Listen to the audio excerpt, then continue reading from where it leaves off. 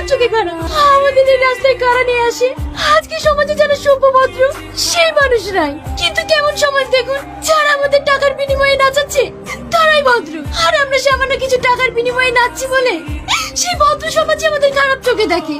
কোন জায়গায় আমাদের সম্মান নেই। এর জন্যই আমি আপনাকে বলেছিলাম আমি আপনার যোগ্য নই। কত টাকা দেয় তোমাকে? আমি দেবো তোমাকে টাকা, কিন্তু তোমাকে এই নোংরা পথ ছেড়ে দিতে হবে। আমি এই কাজটা মন থেকে করতে চাইনি গো। আমিও চেয়েছিলাম আর 5 জনের মতো লেখাপড়া করবো, মাথা উঁচু করে বাঁচবো।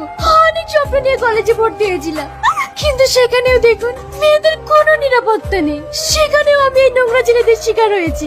তবে একটা কথা কি জানেন, যাদের পুরো কপাল তাদের কোথাও সুখ নেই। তুমি কলেজ ছাড়লে কেন? তুমি আমাকে একবার বলতে পারতে। আমি শখ করে কলেজ ছাড়িনি, সমাজের সঙ্গে হাজার লড়ে আমি কলেজ পর্যন্ত পৌঁছেছিলাম। সেই কলেজ আমি ইচ্ছাকৃত ছাড়বো আপনি ভাবলেন কি করে? কিন্তু আমার কোনো উপায় ছিল না। তুই কাজ যাচ্ছিস না কেন?